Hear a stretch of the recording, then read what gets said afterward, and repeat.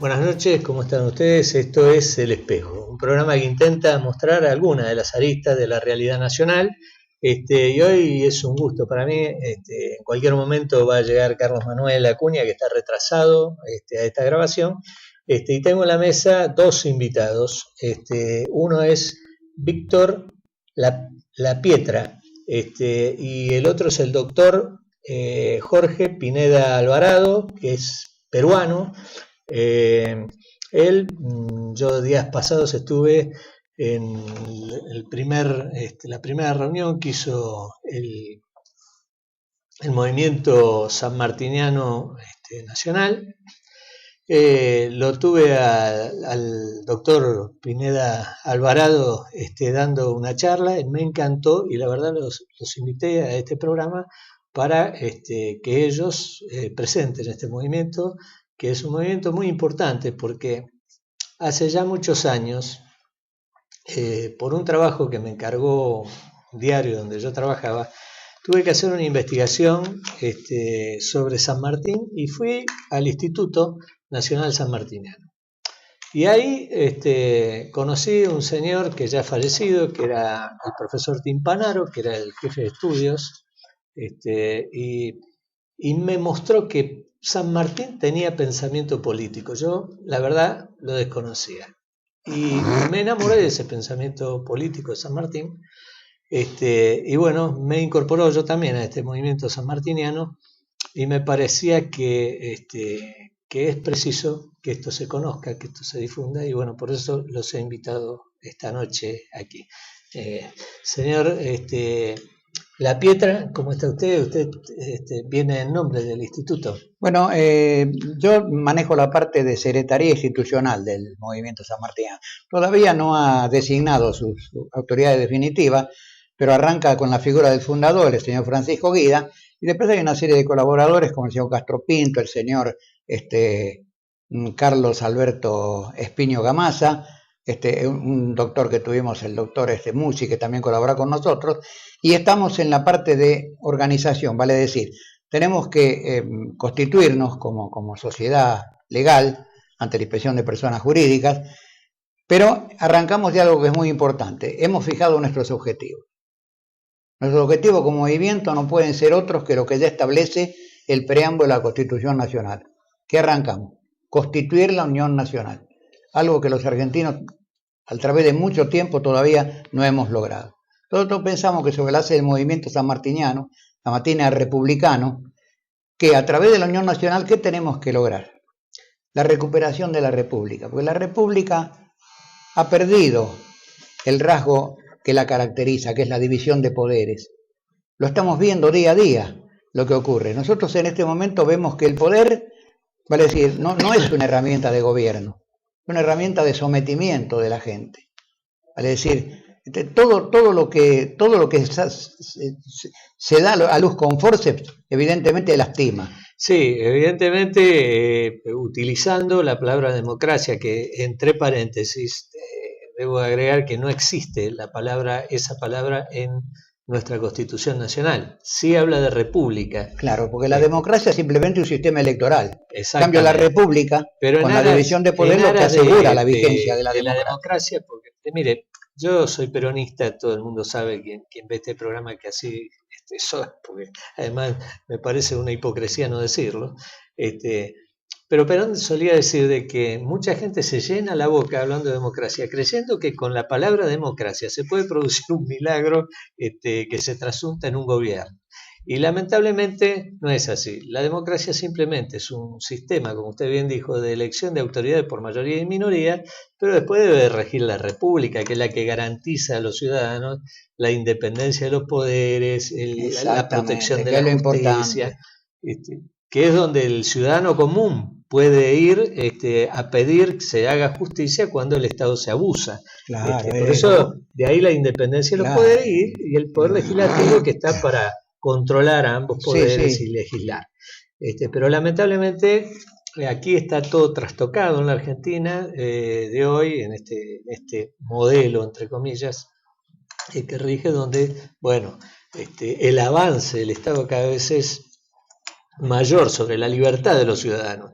Y este último avance que ha hecho el gobierno nacional en estos días y que se propone hacer en el término de esta semana y la que viene, es realmente una catástrofe para la Argentina. Así lo consideramos nosotros. Creo que esto es realmente catastrófico porque avanza sobre los derechos de los ciudadanos y limita enormemente a los jueces. En esta situación que se plantea, realmente el ciudadano pierde toda posibilidad ante el Estado y bueno. No, de hacer valer su derecho directamente. Es decir, el Estado lo somete. Definitivamente no reconoce ningún derecho. Justamente uno de los objetivos del movimiento, también comprendido dentro de el respeto por la Constitución Nacional. Tenemos los derechos y garantías que son intocables. ¿Y qué vamos a hacer nosotros como movimiento? Nosotros pensamos que el único medio con el que contamos en este momento es la docencia. Nosotros tenemos que educar, tenemos que enseñar.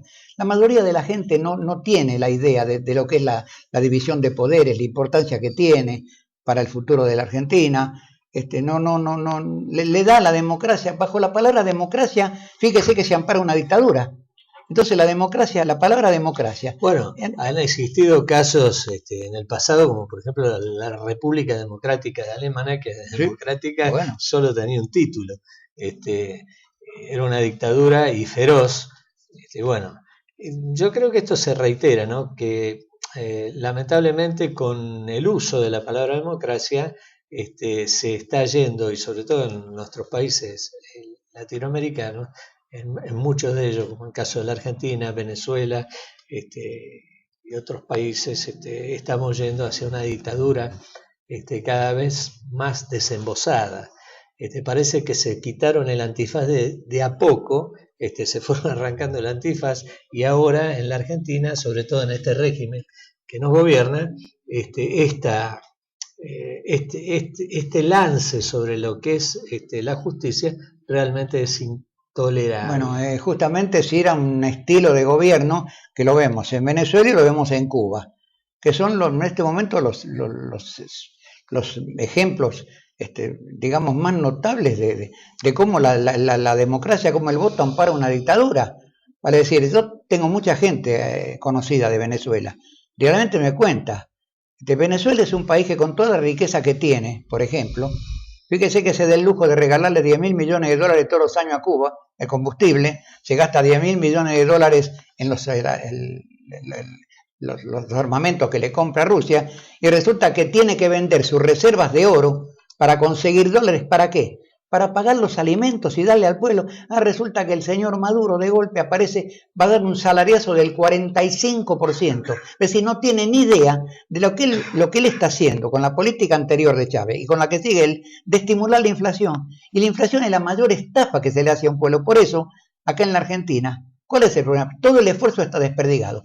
La gente dice, las empresas ganan. Y dice, los bancos ganan mucha plata. ¿Cuál es la mercadería de los bancos? El dinero. Si el banco tiene un gran stock de dinero prestable y no lo presta y no lo coloca, además a las tasas que ellos pretenden, y no lo coloca a una tasa que le cubra la inflación y además le permita capitalizar, realmente no está ganando nada. ¿Qué es lo que está ganando? Dinero descapitalizado, no sirve. Bueno, pero ese es el gran error. Pierde la empresa, pierde la persona, pierde el tipo que ve que llega el día 20, 25 y ya no le alcanza y tiene que pedir un adelanto de sueldo. Y resulta que le sabe con que le salen. Y no veo toda la gente que va de veraneo. ¿Qué parte de la gente? ¿Cuántos son? Sí, en realidad eso es muy mentiroso, porque la inflación es el peor flagelo que hay contra la economía. Es el peor impuesto a la pobreza, pero además mucha gente que se ha ido de vacaciones, que gasta el dinero, lo gasta porque es la única forma de que el dinero no se le devalorice. Al no poderlo ahorrar...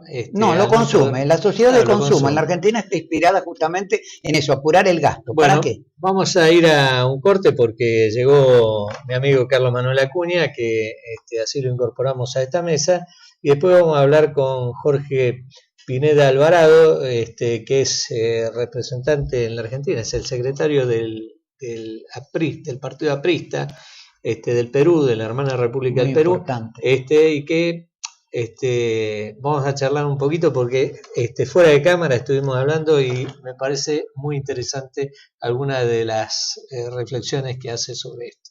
Vamos al corte.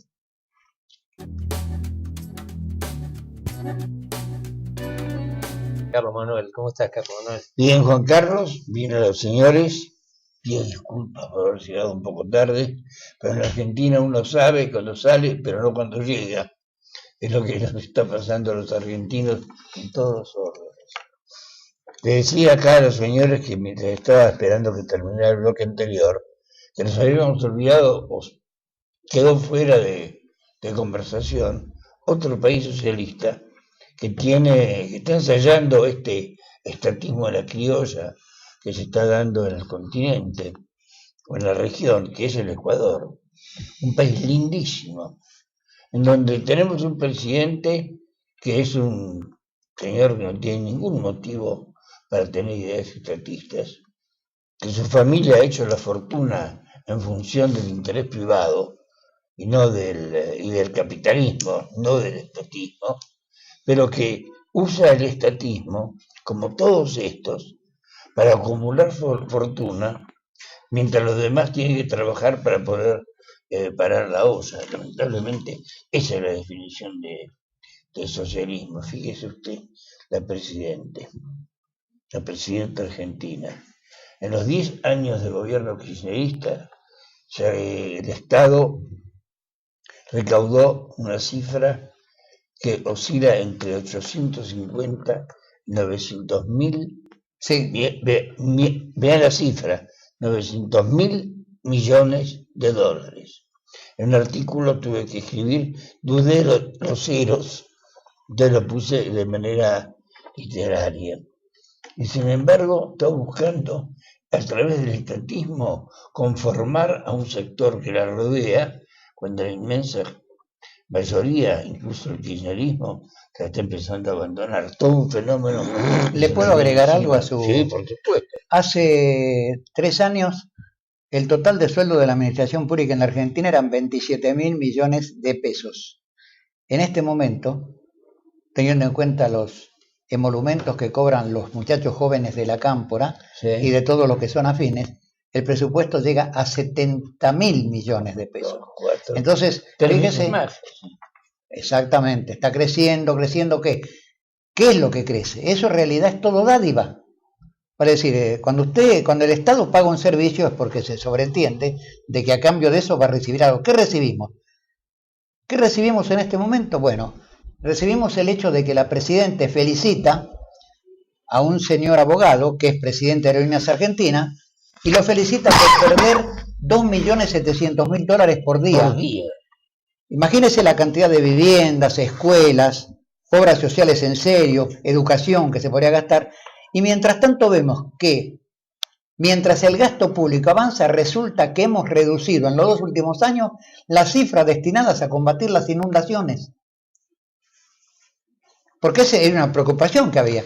Sí, en realidad el Estado Nacional gasta 250 millones de pesos por día en Argentina. Sí.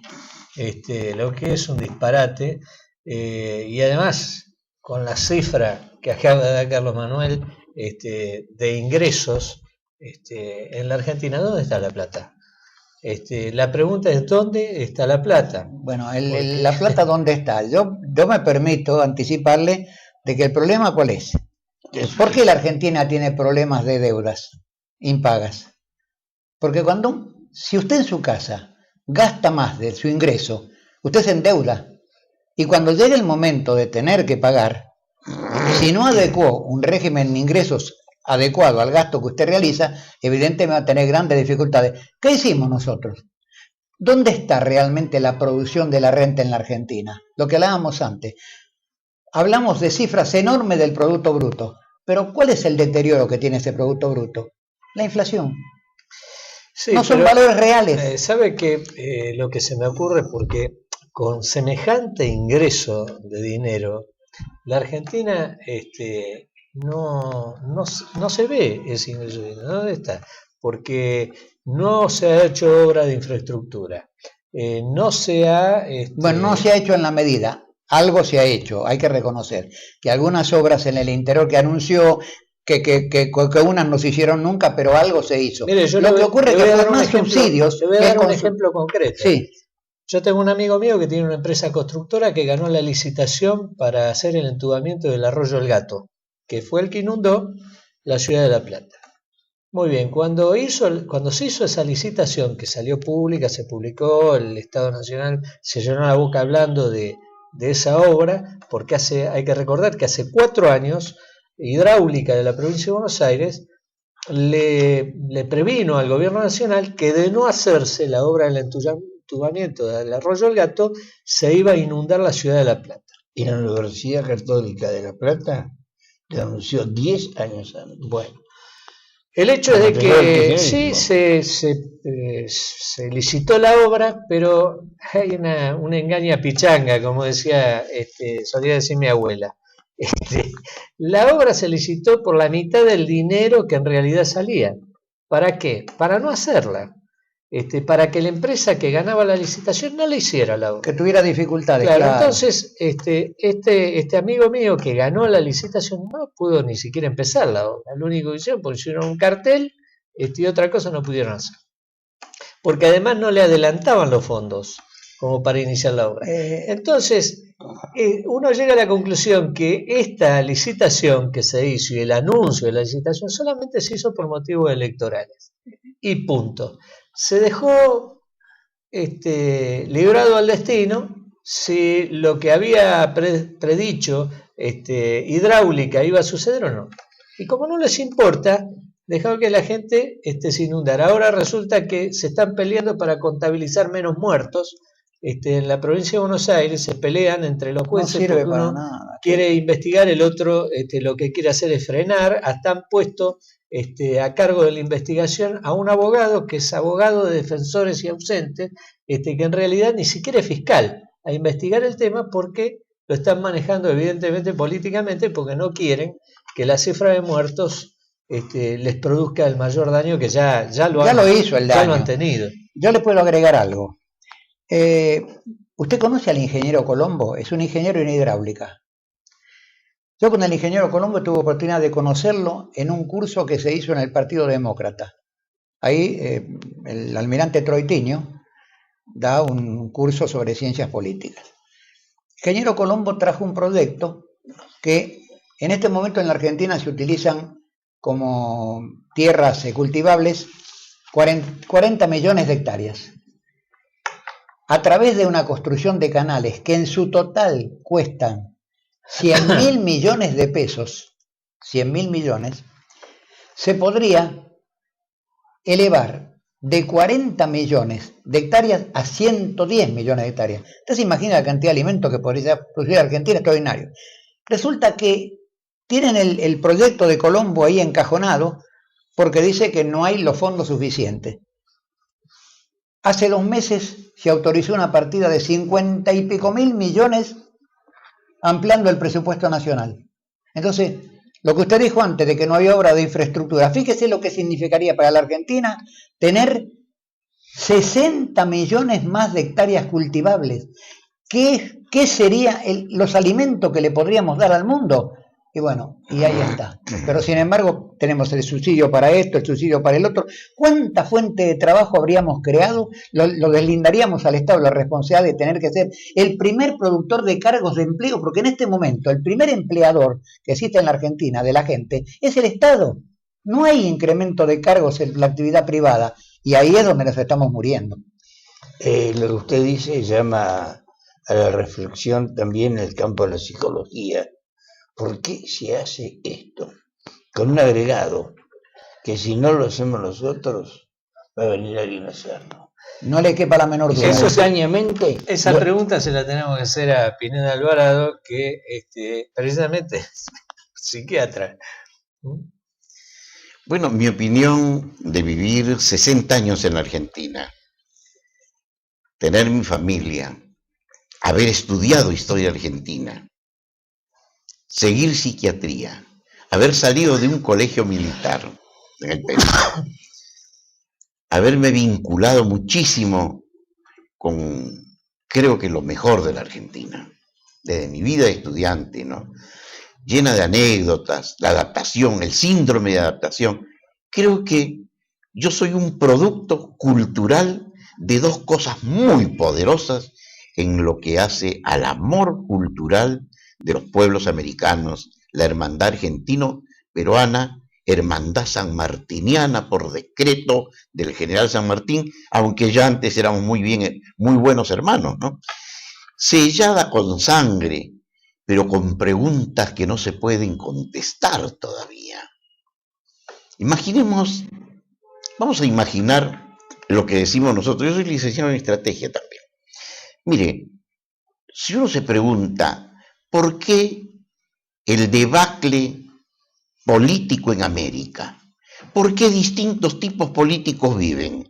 Por ejemplo, si uno ve el hermano pueblo cubano, me da la impresión que es innecesariamente atormentado. ¿Por qué? Por una luz política que vino, que el astro ya se apagó y la luz sigue dando vueltas. Llegó la doctrina, un libro de 1800, lo agarró alguien y lo quiso aplicar. El mundo había cambiado. En el 89 se hunde prácticamente el comunismo con la perestroika, el glasnost. Bueno, y todavía no se han modernizado. Entonces yo me refiero a lo siguiente. No se puede hablar de estrategia si no hay doctrina. ¿Cuál es la doctrina? Uno no la puede ver. Por ejemplo, uno dice la República Bolivariana de Venezuela. Bolívar es su ícono. Podríamos decir la República Sanmartiniana de Argentina. Pero resulta que sería una contradicción porque los jóvenes los veo que tienen acá en las camisetas, se ponen USARMI o Fidel Castro. Un proceso de desculturalización. Escúcheme, pues, yo sigo con esto. Yo hasta el día de hoy no he visto un joven que tenga la imagen de San Martín. Che Guevara, reina. Bueno, entonces, ¿podemos hablar de estrategia? ¿Dónde está la doctrina? ¿Qué doctrina se aplicó? Entonces, esto es producto de eso, y más todavía, mire, es una verdad incontrastable como lo que ha ocurrido con esta riada que ha habido, ¿no? Que la hija predilecta de la imprevisión, ¿cuál es? La improvisación. Sí. Estaban improvisando cosas, dos chicos de la cámpora que iban, se sacaban, se pelearon, se trompearon con la boca. Es un espectáculo de vergüenza dantesca. Yo amo a la Argentina y protesto, pero en el más alto nivel, de que si no se establece un orden mental, no existirá una república. Recuerdo la frase de Manuel González Prada cuando Víctor Raúl Haya de la Torre, en 1918, le preguntó: maestro, ¿qué puede decir de la nación? El viejo maestro le dijo: está tan enfermo el país que donde ponga el dedo brotará pus. Bueno, acá podemos decir lo mismo, y le agrego un vocablo para que lo vayamos meditando. El vocablo es resentimiento, y el resentimiento es lo que manda en este momento estas actividades políticas, pues son ilógicas. Hay un dicho griego: no se puede remar contra la corriente, porque se desgasta, se quiebran los remos y se hunde. Es lo que nos está pasando. Vamos al corte y enseguida venimos. Le quería hacer una... Alvarado, que es la falta de una doctrina. Y aunque esto parezca una cosa menor, no es una cosa menor. La falta de doctrina es lo que hace que la Argentina vaya al garete, que esté flotando. Gobierne quien gobierne, porque a nosotros nos convencieron de que nosotros somos una noble nación, 200 años, la historia de un país es nada. Pero en realidad no es así. Nosotros tenemos 500 años de cultura, por eso que hace apenas unos años, cuando se cumplía el aniversario del descubrimiento de América, del de los 500 años del descubrimiento de América, una batalla infernal por tratar de hacer de que esos 500 años no se festejaran. Incluso en Dominicana, donde estaba preparado el festejo principal, se evitó que se hiciera. Se hicieron un montón de obras en Dominicana, pero la fiesta no se hizo. Y ese es uno de los graves problemas que tiene no solamente la Argentina, que tiene toda América, porque si no se tiene doctrina, no se puede planificar, no hay, por eso que más allá del pensamiento político de cada uno, quien tuvo sí una sólida, venía con una sólida doctrina que trató de implementarla y que por eso él pudo planificar, fue Perón. Perón vino con una doctrina debajo del brazo y planificó en base a esa doctrina, que a uno le puede gustar, no le puede gustar, eso es otra harina de otro costal. Pero al menos tenía una doctrina, venía con una doctrina y por eso pudo planificar. Yo recién lo escuchaba al doctor Pineda Alvarado y la verdad que me sorprendió escucharlo porque me hizo caer la ficha, porque no tenía pensado hablar de esto yo. Pero es cierto, no carecemos de doctrina, no hay doctrina, no se puede planificar, no hay, todo va, es un parche sobre parche y arreglo sobre arreglo, pero la Argentina no tiene un horizonte al cual dirigirnos y ya sea con un partido o con otro, avanzar hacia ese horizonte. Alguna vez con Carlos me has oído hablar a mí de una afirmación que es real, que vivimos en un mundo, vamos a decir, un mundo anglófilo. La doctrina occidental es fundamentalmente de origen británico, anglosajona, pero coexiste con una cultura de corte como la que nosotros tenemos y con los latinos. Y en la Argentina se intentó en su momento planificar como corresponde. Se hizo en la Escuela de Inteligencia. Nuestro servicio de inteligencia era uno de los mejores del mundo, con la escuela británica. Y llegó un momento dado que aparece esta democracia del brazo del doctor Raúl Ricardo Alfonsín. Lo primero que hicieron con la Escuela Nacional de Inteligencia fue sacar al almirante que estaba a cargo y reemplazarlo con un pianista. Bueno, así no fue. Claro, era muy agradable llegar y escuchar los sones de música clásica y a veces algún bolerito. Una excelente persona, pero era un pianista, no estaba hecho para eso. Y ahora se ha dado un paso más allá, directamente no funciona con la inteligencia. Bueno, Quiere decir que no hay doctrina, no hay interés en que haya doctrina, Perdona, y no hay un norte, hay que marchar hacia allá. se negó la te hago especialización. un agregado, Perspectiva. Carlos Manuel. En los últimos tiempos de la existencia de la Escuela Nacional de Inteligencia, había unos cuantos coroneles venezolanos marxistas que trataron de transformar a la escuela en una escuela marxista. Bueno, fracasó y finalmente tuvieron que cerrarlo. Claro, ellos trabajaban sobre todo en la escuela de ejército. Fueron bastantes, llegaron como 30. Venían con el librito rojo de Chávez. Al final, por propia incapacidad de ellos, terminaron siendo titiados por sus colegas argentinos y el intento se revirtió. Ellos tomaron un punto de vista más similar al que nosotros tenemos que el que ellos traían. Por lo tanto los retiraron porque se iban occidentalizando, por decirlo de alguna manera. Esto que estoy señalando, no les quiero quitar la palabra a ustedes, es muy interesante lo que están diciendo. Esto que les estoy mencionando es una de las tantas expresiones de lo que está ocurriendo en esta Argentina vaciada, porque tiene un pasado fabuloso, constructivo. La generación del 80 sabía dónde iba. El general Roca, cuando que termina de colonizar el desierto, sabía lo que estaba haciendo. La generación del 80. Estableció las fronteras de la Argentina. Les dio todo el contenido.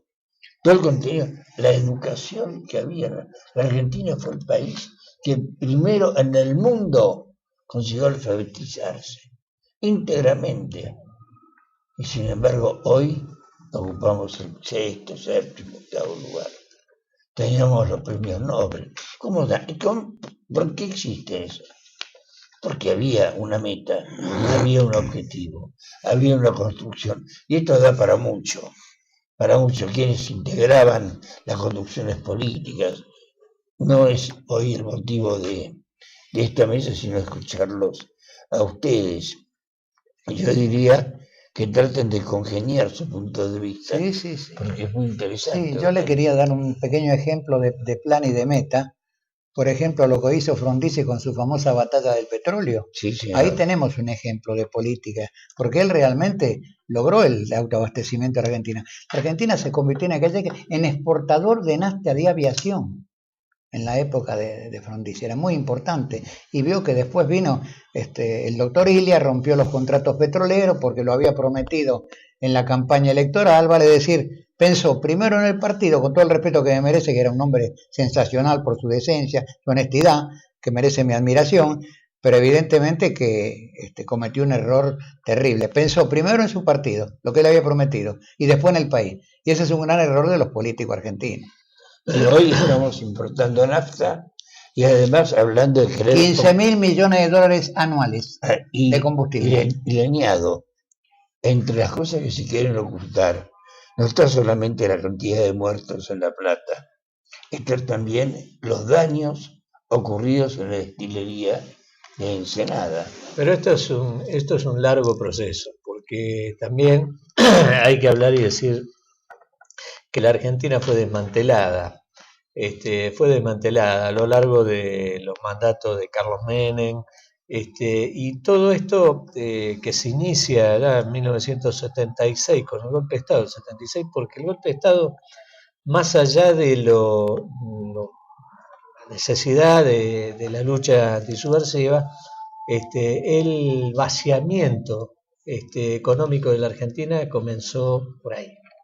La Argentina estuvo sujeta a una política realmente destructiva de su aparato productivo, de desmantelamiento de bueno, había una crisis, nadie reponía el parque industrial. Hay una cosa sumamente importante, todo lo que estamos diciendo. Cuando hay doctrina, la doctrina no permite el desfalco. Sí. La doctrina es un dogma imposible de violarlo. Es un dogma conductor, es una luz que alumbra. Y si no hay doctrina, no hay estrategia. Vamos a imaginar, pasó lo de Malvinas. Hubiera venido un estadista con una doctrina. Yo tengo que recuperar Malvinas. Vamos a suponer, mandan a un buen embajador a Inglaterra, hace las paces, dice, bueno muchachos, nosotros para terminar este lío vamos a abastecer a los malvinenses, le vamos a poner 3 vuelos semanales, y a ellos le vendemos queso, leche, todos los días le mandamos. Tiempo después le mandamos a Tinelli que los divierta, y unos cuantos muchachos, y le armamos una gran bailanta, y después se acabó el miedo, y un buen día comienzan a venir a curarse acá. Está muy cerca, es muy barato. En cambio, vivimos todos mal por falta de estrategia. Ni si no hay estrategia es porque no hay doctrina. No, yo te pongo ese ejemplo, ¿no? Muchas cosas ocurren, incluso con las drogas. Mucho tiempo dijeron, no, la Argentina es de paso, la droga está de paso. Ahora es una gran cocina, ¿no? Yo recuerdo el diario La Razón, tiraba 600.000 ejemplares. Desapareció La Razón y nadie se quedó, esos lectores. Patricio Peralta Ramos. Exacto, decidieron no leer más diarios. Recuerdo una vez en la página 3 de La Razón, uno la abría y se rasgaba las vestiduras porque las estadísticas indicaban que había aproximadamente 20.000 drogadictos. Luego, un año después, 2 años después, ya la cifra estaba en 60, 70, y seguía subiendo, y no se hizo absolutamente nada para evitar el drama del narcotráfico que tenemos hoy, con un añadido, que el presidente de la Cámara de Senadores, el señor Aníbal Fernández, está sindicado como el jefe de toda la operatividad del narcotráfico de la República Argentina. Sí, además, Carlos Manuel, yo recuerdo que nosotros hacíamos programas de radio, no me acuerdo si en Splendid, dónde, allá por el 87, 88, y hablábamos de esto y nos decían que estábamos locos, que la Argentina era un país solamente de paso. Y que, bueno, había gente que se enojaba cuando uno hablaba, mismo oyentes que llamaban enojados, porque nosotros solamente éramos un país de paso. Quienes esto veíamos que iba creciendo, y que además era paralelo el crecimiento del consumo de drogas con el delito contra la propiedad de las personas. Y sin embargo, mucha gente se enojaba cuando uno decía estas cosas. Lamentablemente, las campañas políticas de Alfonsín en adelante fueron financiadas por el narcotráfico. Y así lo atestigua el testimonio en el expediente jurídico, judicial, que se le siguió a quien estuvo a cargo de la recaudación de campaña de Carlos Menem, que fue procesado por lavado de dinero, y alegremente en una de sus declaraciones él declara que sí, que efectivamente, que el dinero de la campaña fue ingresado por el narcotráfico. A partir de ahí, que se llamó Mario Caserta, señor. Sí. A partir de Mario Caserta en adelante, todos sabemos que la política, porque gran parte de la política es financiada con dinero del narcotráfico. Entonces, ahí uno puede descubrir por qué la Argentina no tiene radarización, por qué la Argentina no tiene políticas concretas de lucha contra el narcotráfico, por qué se han desmantelado organizaciones como el caso de Cedronar, que estaba dedicada al apoyo de las personas damnificadas por el narcotráfico, a dar instrucción en los colegios secundarios. No hay políticas, no hay educación contra el narcotráfico, y se deja librada a su suerte a las policías, a las pobres policías que tienen que trabajar con las manos en un trabajo artesanal, para luchar contra este flagelo, el narcotráfico, que es tan voluminoso, tan importante, que maneja tanto dinero y que además tiene, como digo, la sustentación política necesaria como para que no se los toque. Podemos añadir que si hay una fuerza que tiene participación, que debería tener participación activa en la guerra contra el narcotráfico, es la Fuerza Aérea. Brasil tiene la ley del derribo. Significa de que avión que no se identifica o que no cumpla con las órdenes que se le imparte es derribado. Eso disminuye el tráfico de la droga. Claro. En Argentina eso no se hace.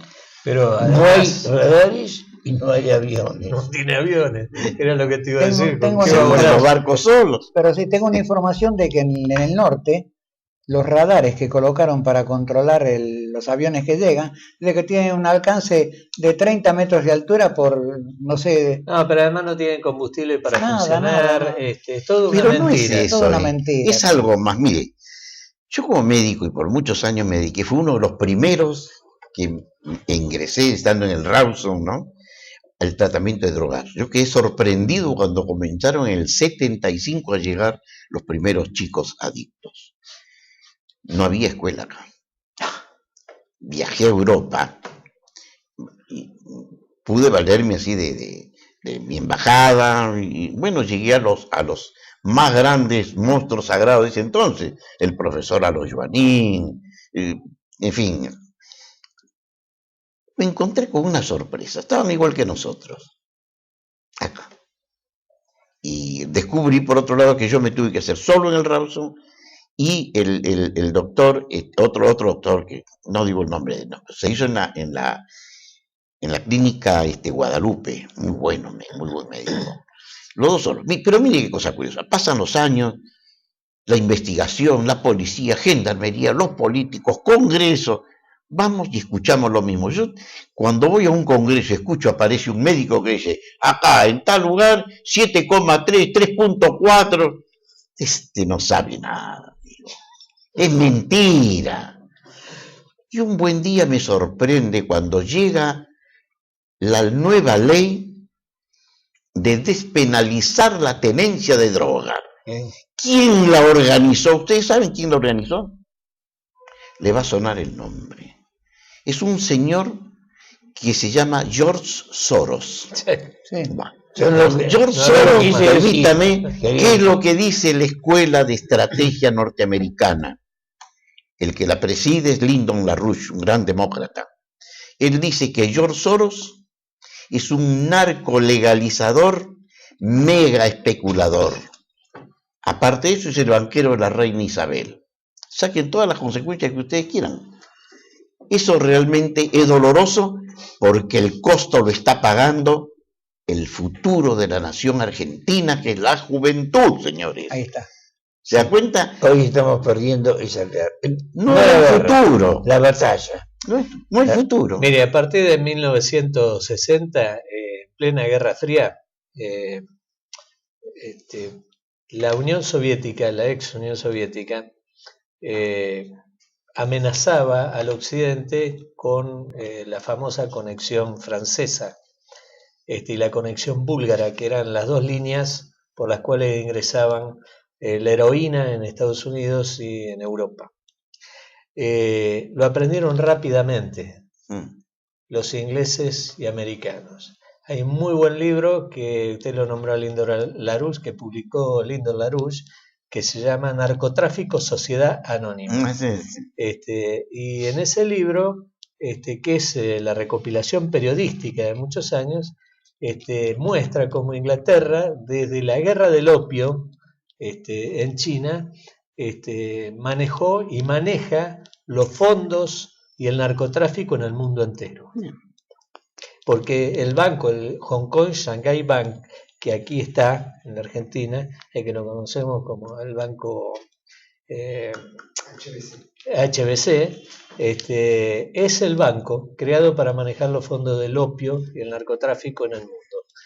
Yo me río cuando hablan de crear leyes de represión de los dineros del narcotráfico en el mundo, del lavado de dinero, porque lo primero que tendría que hacer es cerrar los bancos, que son los principales canalizadores. Pero no hay que olvidar esas palabras que fueron proféticas de Bolívar, 1826, en el Congreso Anfitriónico, cuando dijo: a nosotros nos dominan con tres cosas: la ignorancia, el vicio y la dictadura. ¿Ahí está? Sí, ya está.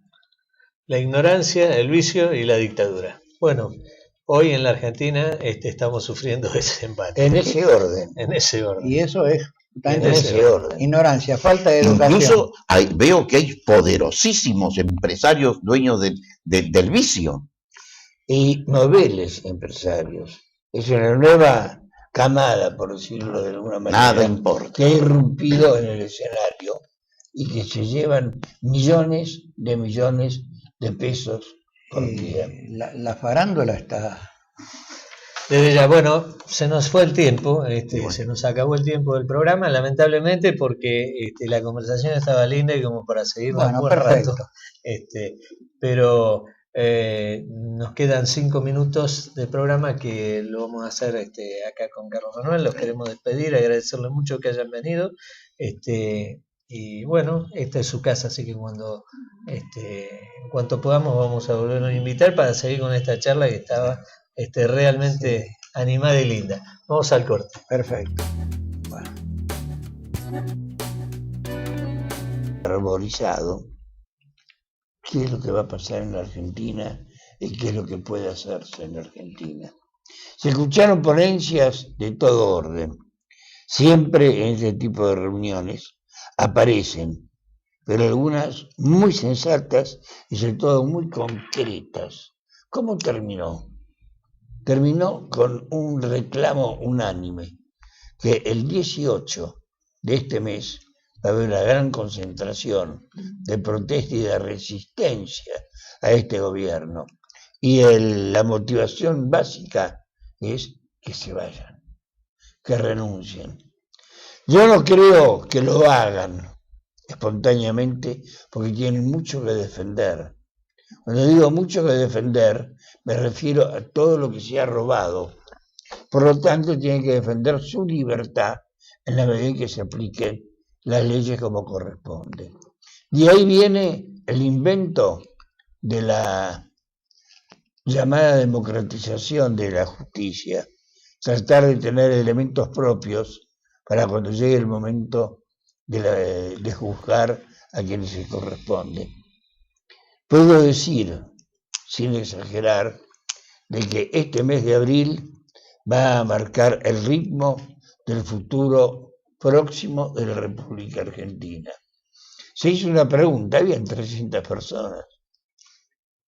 Se hizo una pregunta en voz alta, la hizo el doctor Avogadro, Enrique Guillermo Avogadro, que trabaja conmigo y otros más en estas iniciativas.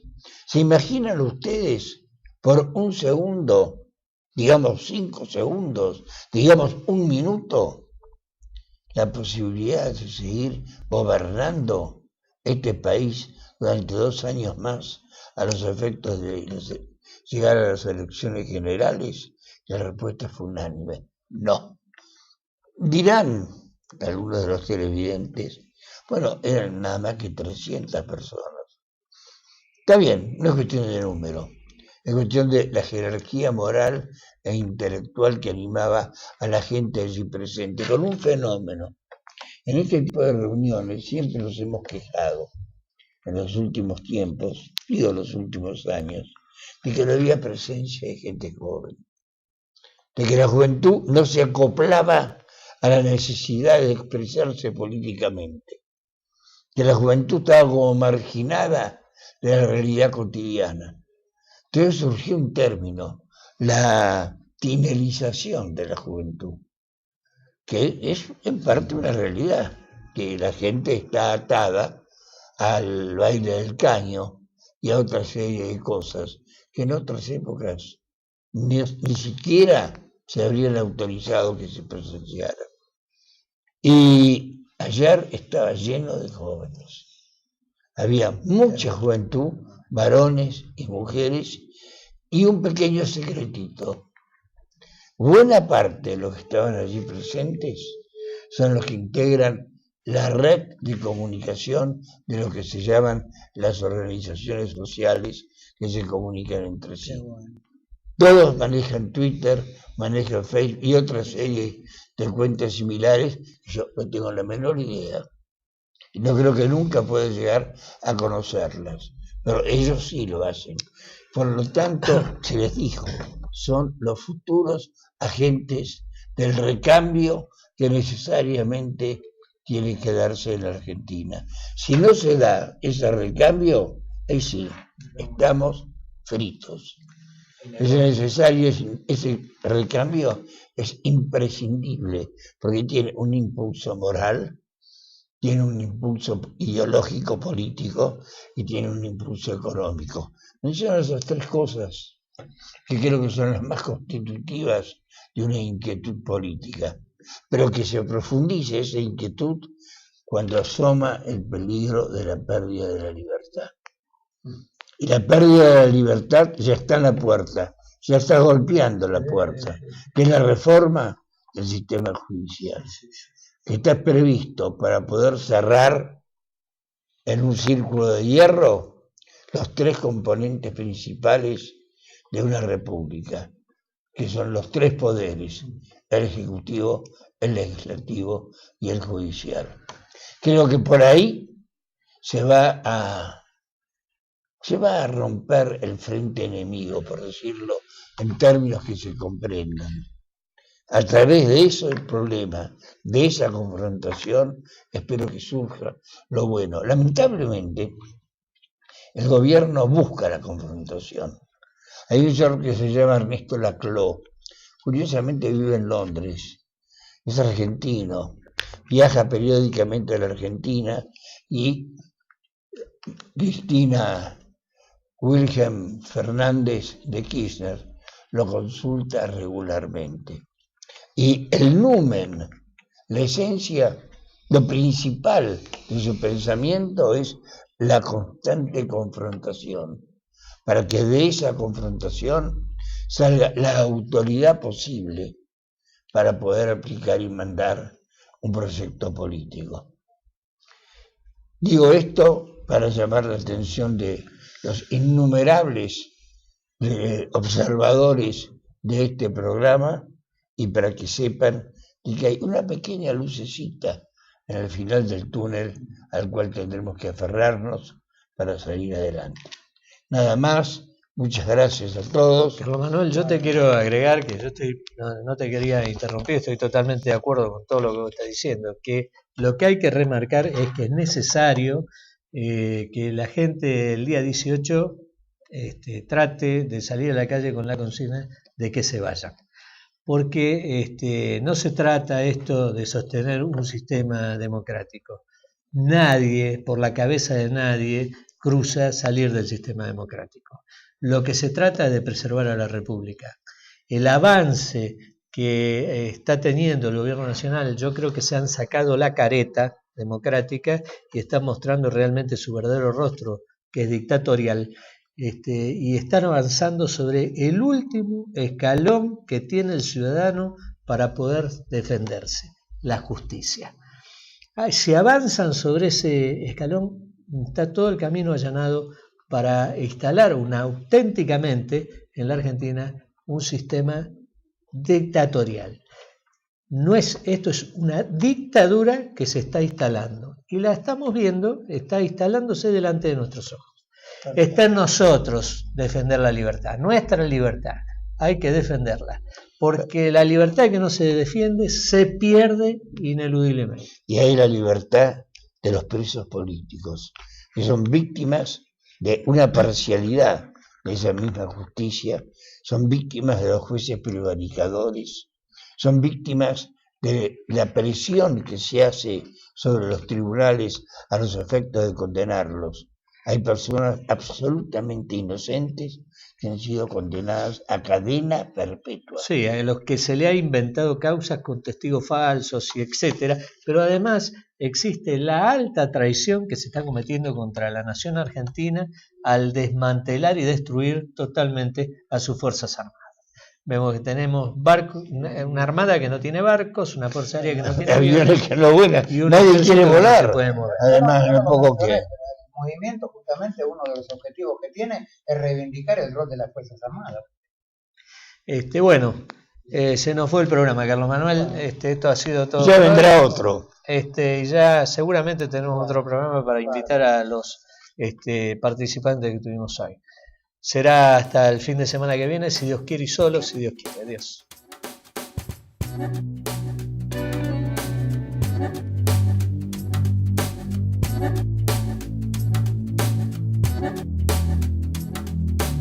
Thank you.